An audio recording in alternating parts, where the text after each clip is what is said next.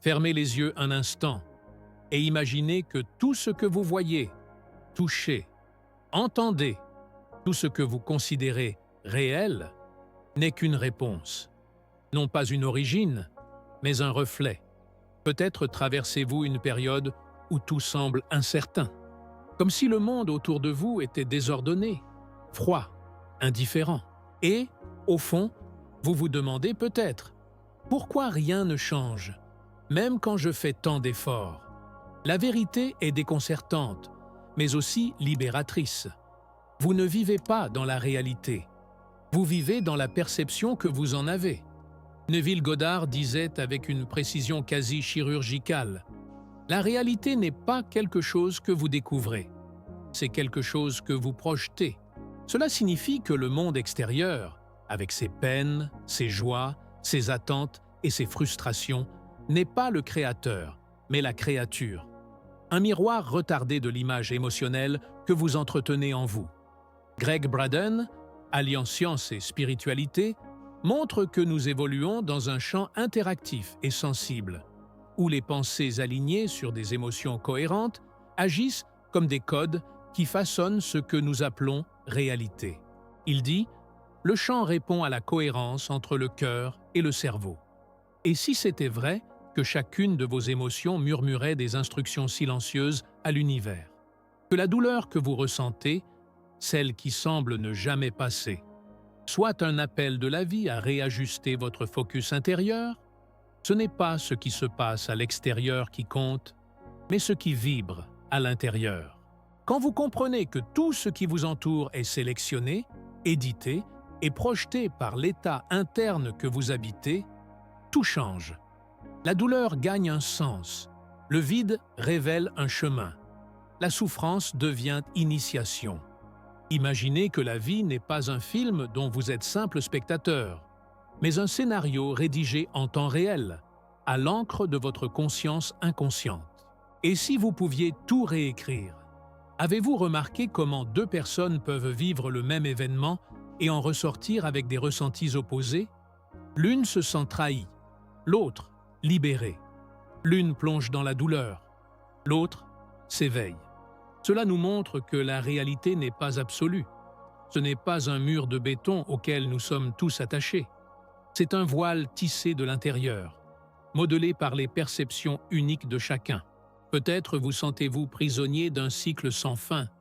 Les mêmes schémas, les mêmes absences, le même silence intérieur. Et, malgré vos efforts pour changer l'extérieur, quelque chose en vous demeure inchangé. Voilà le point. L'erreur ne réside pas dans ce que vous vivez, mais dans la façon dont vous croyez que le monde fonctionne. La plupart d'entre nous ont été éduqués à considérer la réalité comme quelque chose de fixe, objectif, immuable, comme si les faits existaient par eux-mêmes, indépendants de qui les observe. Mais, et si c'était exactement le contraire? Neville Goddard affirmait que le monde est le miroir de votre état intérieur. Et qu'est-ce qu'un miroir, sinon une surface neutre qui ne fait que renvoyer ce que vous projetez? Lorsque vous changez intérieurement, le reflet change. Ce n'est pas de la magie, c'est de la fréquence. Bruce Lipton explique, à travers l'épigénétique, que nos cellules ne répondent pas au monde réel, mais à l'interprétation émotionnelle que nous en avons. En d'autres termes, votre biologie répond à votre spiritualité. Ce que vous ressentez détermine davantage que ce qui arrive. Cela change tout, car cela vous restitue le pouvoir créateur que la peur, les habitudes et les croyances héritées avaient mis en sommeil. Croire que la réalité est objective, c'est comme vivre sur une scène en étant persuadé que le décor est immuable, sans réaliser que l'arrière-plan évolue avec la lumière de votre conscience. Que cela signifie-t-il, concrètement? Cela signifie que la souffrance prolongée n'est pas une condamnation, mais le reflet d'un état émotionnel qui demande une nouvelle interprétation. Que le vide que vous ressentez, cette sensation d'être spirituellement perdu, n'est pas l'absence de sens, mais l'absence d'alignement entre ce que vous vibrez et ce que vous observez. Imaginez un instant que la réalité soit un instrument de musique. L'accord dépend de la fréquence que vous émettez. Si votre vibration est désaccordée, teintée de peur, de culpabilité, de ressentiment, le retour est un écho dissonant. Mais si vos émotions et vos aspirations sont en harmonie, alors l'univers répond avec cohérence. Gregg Braden affirme que le champ quantique est un miroir intelligent, reflétant la cohérence émotionnelle avec une précision quasi mathématique. C'est pourquoi il ne suffit pas de penser positivement. Il faut vibrer la vérité de votre cœur. Et peut-être réalisez-vous ceci de manière profonde. Bien souvent, vous ne souffrez pas à cause des événements, mais à cause de la croyance que vous n'avez aucun pouvoir sur eux. Mais maintenant vous savez, la réalité est sélective, non absolue. Elle agit comme un filtre qui ajuste les couleurs du monde selon la tonalité que vous entretenez en vous. Alors reste cette question. Quelle fréquence émettez-vous aujourd'hui? Car c'est cette fréquence, pas les faits objectifs, qui définit la qualité de votre expérience. Une partie de votre cerveau appelée système d'activation réticulaire, silencieuse et presque invisible, est pourtant d'une puissance extraordinaire. C'est elle qui détermine ce que vous percevez. Comme un filtre neurologique, elle organise le chaos sensoriel qui vous entoure et choisit ce qui parvient à votre conscience. Et savez-vous quels critères ce système utilise pour sélectionner vos perceptions? Vos croyances. Le cerveau n'est pas un observateur neutre de la réalité. Il est un éditeur. Et plus encore, un éditeur qui se base sur le scénario émotionnel que vous avez déjà écrit. Tout ce en quoi vous croyez avec assez de fréquence et d'intensité devient une lentille. Cette lentille façonne totalement votre interprétation des événements. Joe Dispenza explique que les réseaux neuronaux les plus activés obtiennent la priorité dans nos perceptions. Autrement dit, si vous entretenez la croyance profonde que « rien ne fonctionne pour moi », votre cerveau mettra en avant tous les éléments confirmant cette idée, tout en ignorant, de manière sélective, tout ce qui pourrait la contredire. Lorsque vous changez à l'intérieur, le reflet change. Ce n'est pas de la magie, c'est de la fréquence. Bruce Lipton explique, à travers l'épigénétique, que nos cellules ne répondent pas au monde réel, mais à l'interprétation émotionnelle que nous en avons.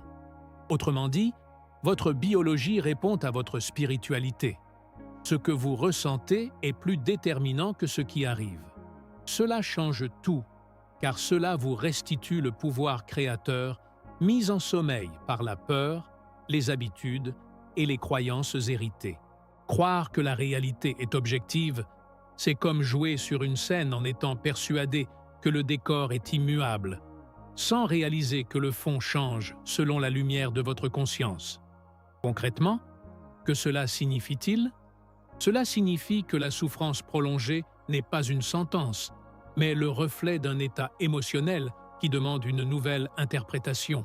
Que le vide que vous ressentez, cette sensation d'être spirituellement perdu, n'est pas l'absence de sens, mais le manque d'alignement entre ce que vous vibrez et ce que vous observez.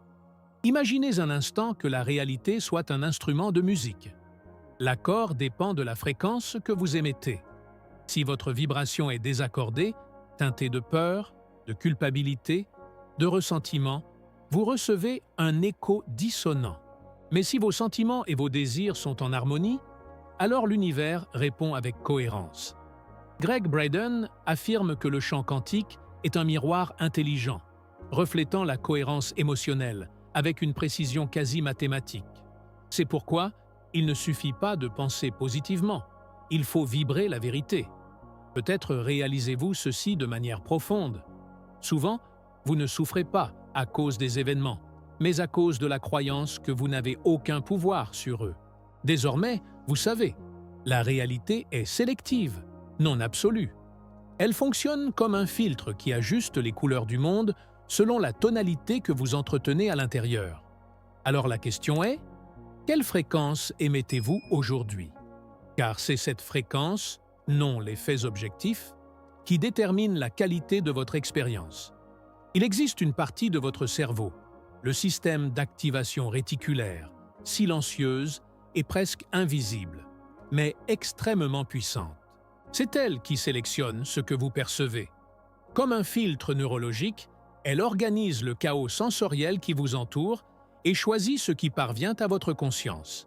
Et savez-vous sur quels critères ce système se base pour filtrer vos perceptions? Vos croyances. Le cerveau n'est pas un observateur neutre de la réalité, c'est un éditeur. Et plus encore, un éditeur qui suit le scénario émotionnel que vous avez déjà écrit. Ce en quoi vous croyez avec assez de fréquence et d'intensité devient une lentille. Cette lentille façonne totalement votre interprétation des événements. Joe Dispenza explique que les réseaux neuronaux les plus activés gagnent la priorité dans nos perceptions. Autrement dit, si vous gardez profondément la croyance que « rien ne réussit jamais pour moi », votre cerveau mettra en avant tout ce qui confirme cette idée, tout en ignorant, de manière sélective, ce qui pourrait la contredire. C'est comme être dans un labyrinthe, muni d'une carte ne montrant que des impasses. Et voici le paradoxe. Ce n'est pas la réalité qui est bloquée, mais votre système perceptif, qui filtre les possibilités selon les schémas émotionnels du passé. Si vous avez grandi en entendant que vous n'étiez pas assez, si vous avez subi des rejets devenus cicatrices émotionnelles, si vous vous êtes répété que ça ne sert à rien d'essayer, alors ces affirmations sont devenues des vérités internes. Et le cerveau, pour économiser de l'énergie, maintient ces vérités en surbrillance, comme si elles étaient la seule voie possible. Mais ce n'est pas votre destin, c'est de la programmation. Et tout ce qui est programmé peut être reprogrammé. Bruce Lipton montre que l'esprit subconscient fonctionne comme un enregistreur, stockant des schémas que nous répétons sans en avoir conscience. Ces schémas, souvent hérités ou absorbés par répétition émotionnelle, créent une réalité interne qui, avec le temps, paraît être l'unique monde possible. Mais il existe d'autres mondes, d'autres possibilités, d'autres fréquences. La réalité que vous voyez aujourd'hui n'est que la version que votre cerveau est autorisé à percevoir, en fonction des croyances que vous entretenez. Et c'est là qu'apparaît un nouveau choix. Continuer à confirmer les mêmes croyances ou adopter un regard neuf. Car lorsque vous modifiez votre système de croyances, vous changez aussi ce que votre cerveau met en lumière. Ce qui était invisible, opportunités, signes, personnes, idées, commencent à émerger dans votre champ perceptif, comme si l'univers s'était reconfiguré. Mais ce qui a vraiment changé, c'est votre filtre. Imaginez votre esprit comme une lampe de poche, dans une pièce noire. Le faisceau est votre attention, et la direction qu'il prend est déterminée par vos croyances. Si vous croyez que vous n'êtes pas aimé, la lampe éclaire les vides. Si vous pensez que la vie est rare, elle met en avant le manque. Mais si vous commencez, même timidement, à nourrir la croyance que la vie peut être généreuse, la lumière révèle alors des chemins auparavant invisibles. C'est ici que la magie rejoint la science. Ce en quoi vous croyez modifie littéralement ce que vous êtes capable de voir. Vous êtes-vous déjà demandé pourquoi les changements que vous souhaitez tant semblent tarder? Comme s'il y avait un fossé entre ce que vous ressentez à l'intérieur et ce qui se produit à l'extérieur? Neville Goddard disait que la réalité possède un délai, un retard quantique. Le monde physique ne répond pas instantanément à votre désir. Il répond fidèlement à votre état intérieur, mais avec le temps nécessaire pour que la matière réajuste ses fréquences.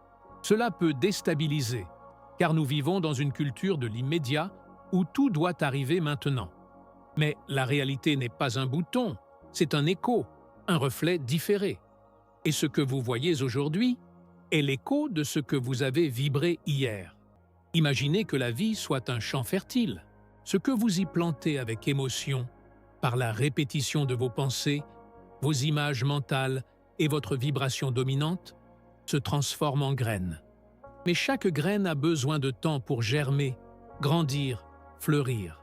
Si aujourd'hui vous récoltez rejet, solitude ou blocage, cela ne signifie pas que l'univers est contre vous. Cela signifie qu'à un moment donné du passé, ces sentiments ont pris racine dans votre vibration. Et maintenant, ils ne font que se manifester. Gregg Braden affirme que le temps est un outil d'apprentissage spirituel.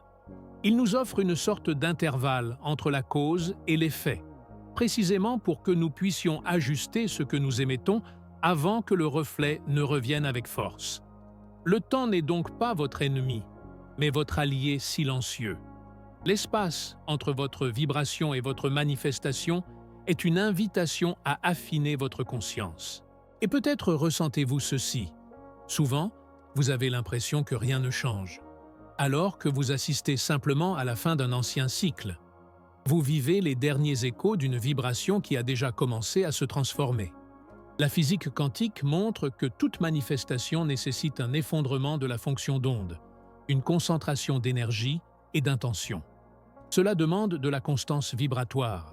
Mais si vous oscillez sans cesse, entre foi et peur, espoir et doute, vous interrompez le chant, comme si vous plantiez puis arrachiez la graine chaque jour.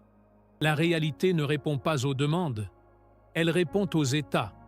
Et l'état que vous habitez avec le plus d'intensité émotionnelle devient le créateur silencieux de votre paysage extérieur. Le monde est un miroir, mais un miroir à retard. Et c'est une bénédiction, car vous pouvez changer ce que vous ressentez maintenant et modifier ce que vous verrez demain. Bruce Lipton explique que nos cellules ne vivent pas dans le temps linéaire, mais dans le temps émotionnel. Cela signifie que, même si l'événement est passé, si vous ravivez la douleur, le corps réagit comme si le traumatisme se produisait encore. Mais l'inverse est vrai aussi. Si vous entretenez une émotion élevée, gratitude, amour, paix, sans motif extérieur, votre corps commence à produire les réactions chimiques comme si cette nouvelle réalité était déjà présente. Et peu à peu, elle le devient. Car le temps ne se contente pas de révéler, il obéit aussi à la direction de votre conscience. Peut-être sentez-vous que vous êtes coincé dans un cycle invisible, comme si certains sentiments, mémoires ou schémas douloureux insistaient pour se répéter, même quand vous voulez avancer. L'esprit humain a une habitude subtile et dangereuse, revivre ce qui a fait mal, non pas pour guérir, mais pour tenter de contrôler.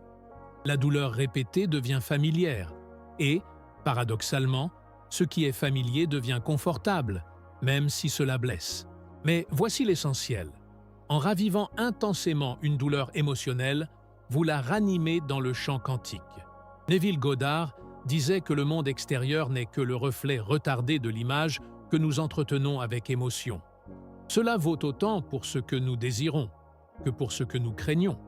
Le chant ne fait pas la distinction entre désir et résistance. Il répond simplement à ce qui est énergisé avec la plus grande fréquence émotionnelle. Bruce Lipton affirme que le subconscient fonctionne comme un programme en boucle. Et lorsque vous ravivez une mémoire douloureuse sans pleine conscience, le cerveau libère les mêmes neurotransmetteurs. Le corps réagit avec les mêmes hormones et vous revivez, biologiquement, la même expérience. Ce n'est pas qu'un souvenir, c'est une réactivation. Vous nourrissez un hologramme que vous souhaitez oublier. Vous accordez de l'attention à ce que vous voudriez dissoudre. Joe Dispenza explique que toute émotion entretenue suffisamment longtemps se transforme en chimie et que cette chimie crée une dépendance dans le corps. Et le corps accro à la tristesse, à la colère ou à la peur en redemande, inconsciemment, comme si la douleur devienne un lieu de résidence. Mais ce n'est pas un destin, c'est un conditionnement. Or, tout conditionnement peut être reprogrammé. Imaginez que votre esprit soit un projecteur de cinéma. Le film que vous repassez, même s'il est ancien, continue de se jouer sur l'écran de votre vie. Et tant que vous insistez pour le revoir, la réalité renverra des scènes similaires, comme si votre vie était figée au même chapitre. Gregg Braden affirme que le champ quantique répond à la cohérence émotionnelle. Cela signifie qu'en répétant ressentiment, peur ou récit de perte, vous envoyez des signaux constants à l'univers. Et l'univers répond par des miroirs cohérents. Et vous comprenez peut-être maintenant pourquoi tant d'efforts pour changer semblent inefficaces. Parce que le changement ne tient pas si la douleur est encore nourrie comme vérité majeure. La réalité que vous désirez ne peut émerger que lorsque le champ n'est plus surchargé par la répétition de ce que vous ne voulez pas. Et cela ne signifie pas nier la douleur. Bien au contraire, c'est lui rendre hommage avec conscience. C'est regarder ce qui a blessé d'un œil neuf, sans réactiver, sans vous identifier, sans perpétuer. La guérison commence lorsque vous refusez de répéter, même si l'ancien schéma tente de revenir. Car tout schéma qui ne trouve plus l'énergie pour se maintenir s'effondre. Et le vide qui demeure n'est pas une fin. C'est l'espace où le neuf peut enfin naître. Et si la réalité que vous cherchez tant n'était pas dans le futur? Et si elle était déjà disponible, mais n'attendait qu'une fréquence spécifique pour émerger? Neville Goddard enseignait quelque chose de révolutionnaire et en même temps profondément simple. Imaginer n'est pas rêver, c'est créer. Mais il y a une condition. L'image que vous soutenez doit être chargée d'émotions vraies. Ce n'est pas la pensée lâchée qui façonne le champ, mais l'image émotionnelle répétée avec intensité et foi silencieuse. L'esprit, en soi, est neutre. Mais lorsque, allié au cœur, lorsque ce que vous imaginez résonne avec ce que vous ressentez, un nouveau schéma vibratoire commence à être émis, et le champ quantique répond. Joe Dispenza explique que le cerveau ne distingue pas ce qui est vécu de ce qui est intensément imaginé. Si l'image est émotionnellement vivante, le corps produit les mêmes neurotransmetteurs, les mêmes réactions chimiques, comme si l'expérience se déroulait déjà. Et voici le secret. Le champ quantique ne répond pas à ce que vous désirez. Il répond à ce que vous émettez comme étant réel. Quand vous imaginez un souhait comme une projection lointaine, quelque chose qui pourrait arriver, le champ perçoit une absence. Il reproduit donc l'absence. Mais quand vous imaginez avec implication émotionnelle, avec gratitude anticipée, avec la sensation du « c'est déjà là », votre vibration s'aligne sur l'état du désir réalisé. Neville appelait cela « vivre dans la faim ». Ne pas demander, ne pas attendre, mais adopter dès maintenant l'état de ce qui est déjà accompli. Devenir intérieurement ce que vous souhaitez voir à l'extérieur. Imaginez une sculpture de marbre. L'artiste ne crée rien à partir de rien. Il retire simplement l'excédent, car l'image existe déjà, invisible, attendant d'être révélée. Il en va de même pour l'imagination soutenue. Vous ne créez pas une réalité inexistante, vous vous accordez à une réalité qui est déjà présente, en potentiel, dans le champ. Greg Braden décrit ce champ comme un hologramme interactif. Chaque pensée chargée émotionnellement agit comme une commande.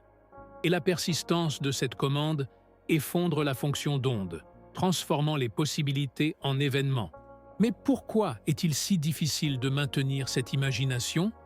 Parce que l'ancien état insiste pour revenir.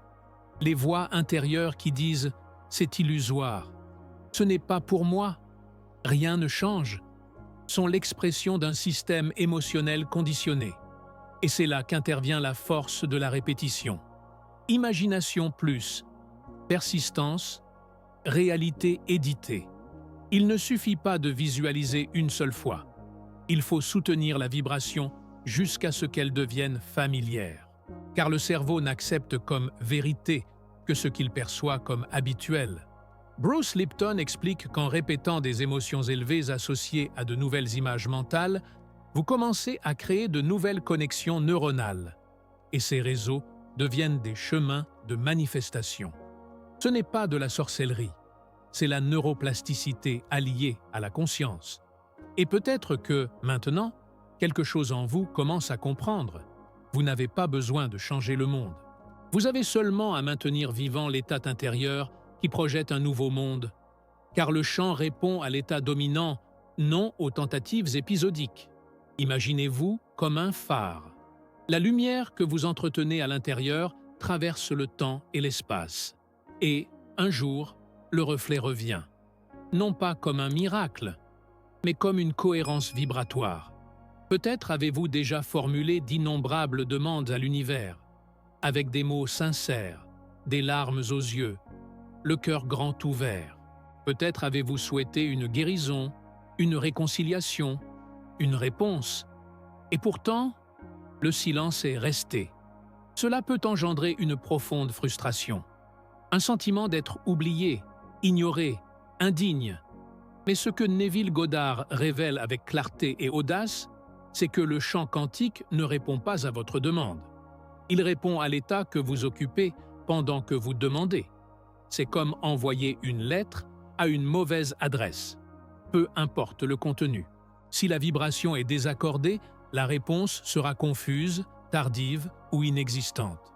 Désirer quelque chose tout en vibrant le manque, c'est déclarer à l'univers. Ce n'est pas encore réel. Et le chant, sensible et neutre, reproduit exactement cette absence. Bruce Lipton explique que le subconscient est un émetteur de fréquences continues. Il ne communique pas par des mots, mais par des états émotionnels.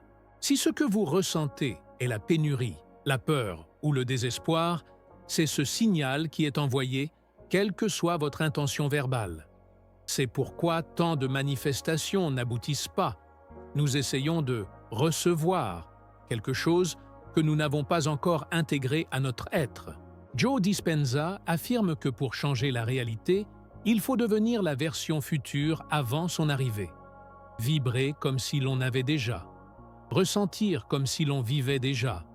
Remercier comme si l'on avait déjà reçu.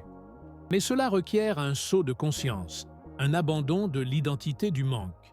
Il ne s'agit pas de nier ce que vous ressentez, mais de choisir consciemment de ne pas vous définir par cela. Vous pouvez ressentir de la tristesse, sans être la tristesse. Reconnaître la douleur sans vous y fondre.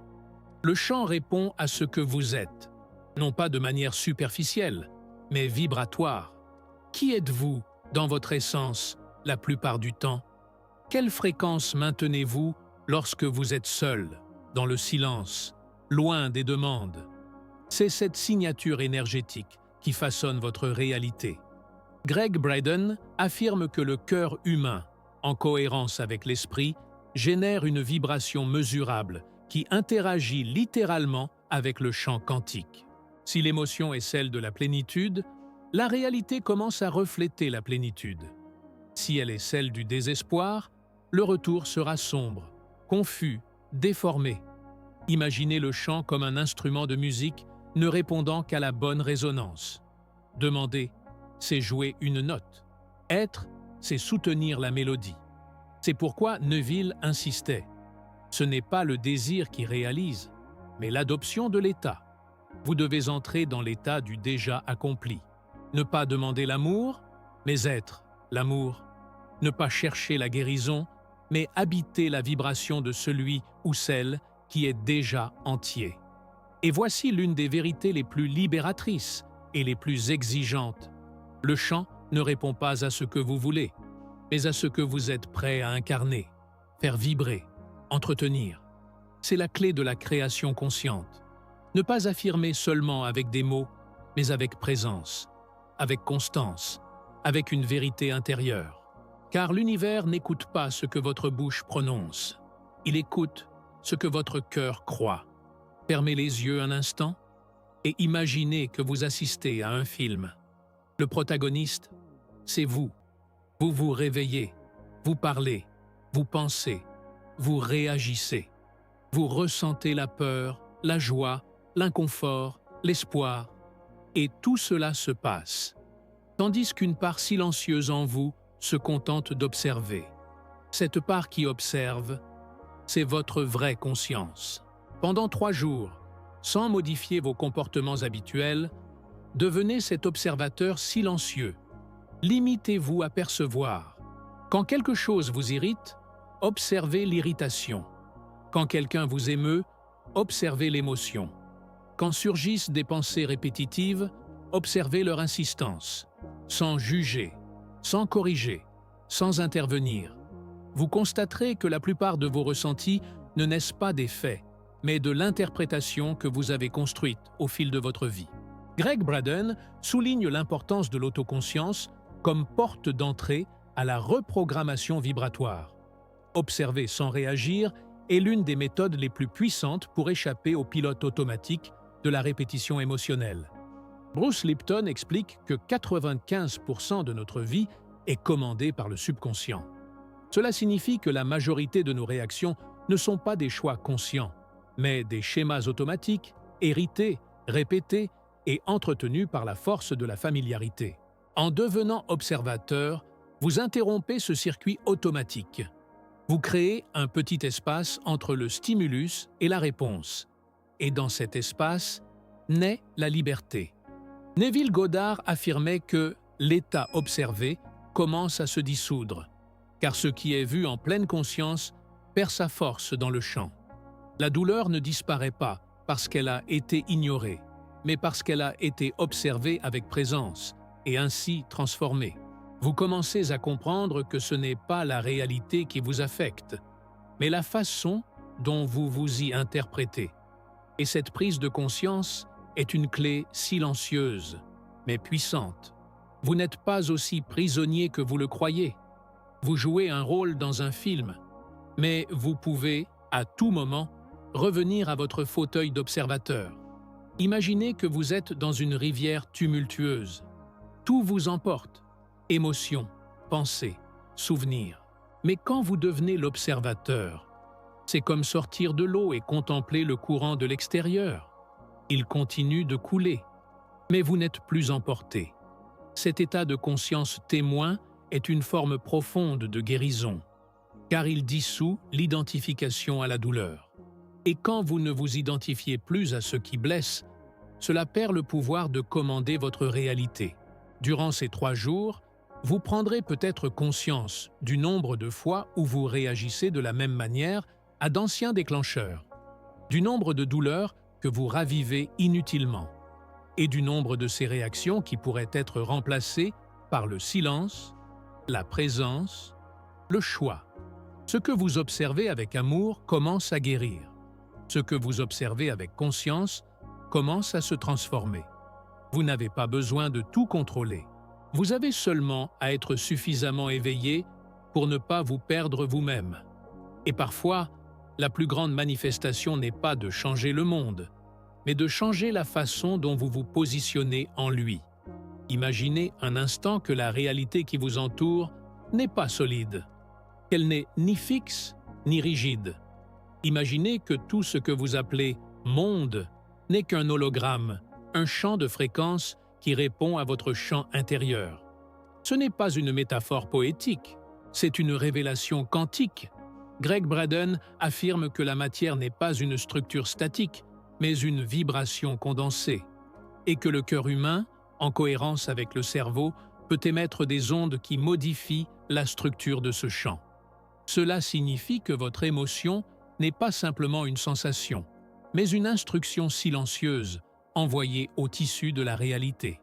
Si votre état vibratoire prédominant est la peur, le champ se contracte. S'il est la gratitude, le champ s'ouvre. S'il est la rancune, la vie se fige. S'il est l'acceptation, la réalité coule. Le monde est alors comme l'eau. Il prend la forme du contenant que vous lui donnez. Ce contenant, c'est votre conscience. Bruce Lipton nous rappelle que l'environnement biologique de nos cellules n'est pas déterminé par des facteurs externes, mais par l'interprétation que nous leur donnons. Cela signifie que notre corps et le monde autour de nous réagissent à la manière dont nous choisissons de ressentir. Votre biologie répond à votre spiritualité, et votre réalité aussi.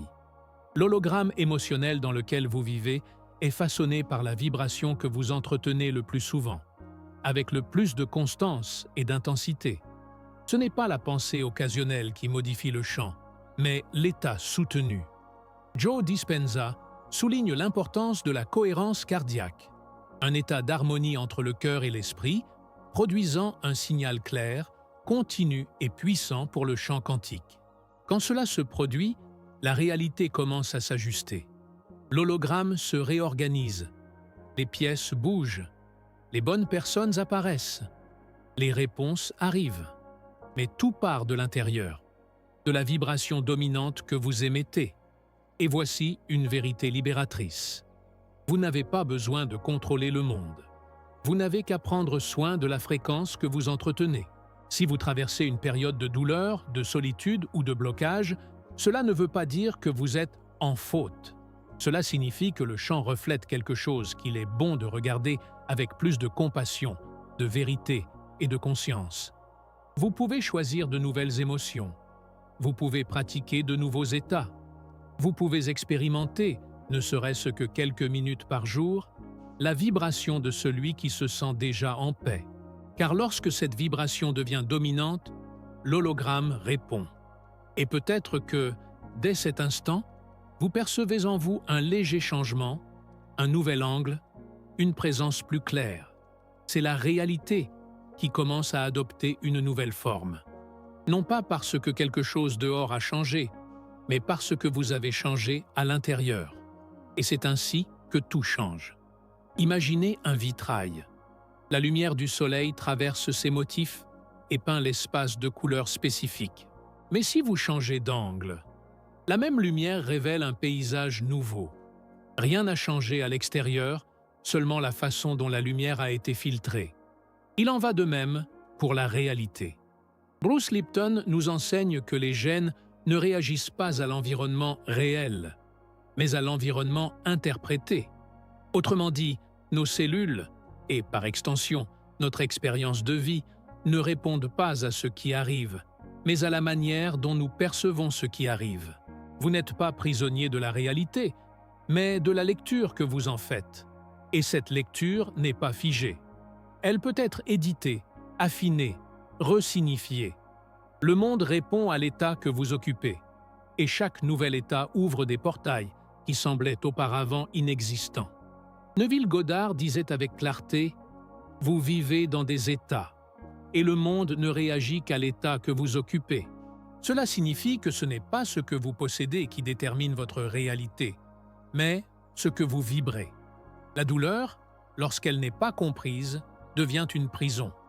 Mais lorsqu'elle est accueillie, elle se transforme en clé. Le doute, lorsqu'il n'est pas observé, paralyse. Mais lorsqu'il est reconnu, il devient impulsion. Vous n'êtes pas ce qui vous est arrivé. Vous êtes la conscience qui interprète, resignifie et recrée. Peut-être avez-vous longtemps cherché des réponses à l'extérieur. Peut-être avez-vous cru avoir besoin de signes, de confirmations, d'interventions externes. Mais maintenant, vous le savez. Le signal, c'est vous. La vibration, c'est vous. Le créateur, c'est vous. Et si tout ce que vous cherchez était déjà en train de vous chercher, à travers la vibration que vous émettez, ce voyage ne s'arrête pas ici. Il se prolonge, il s'approfondit.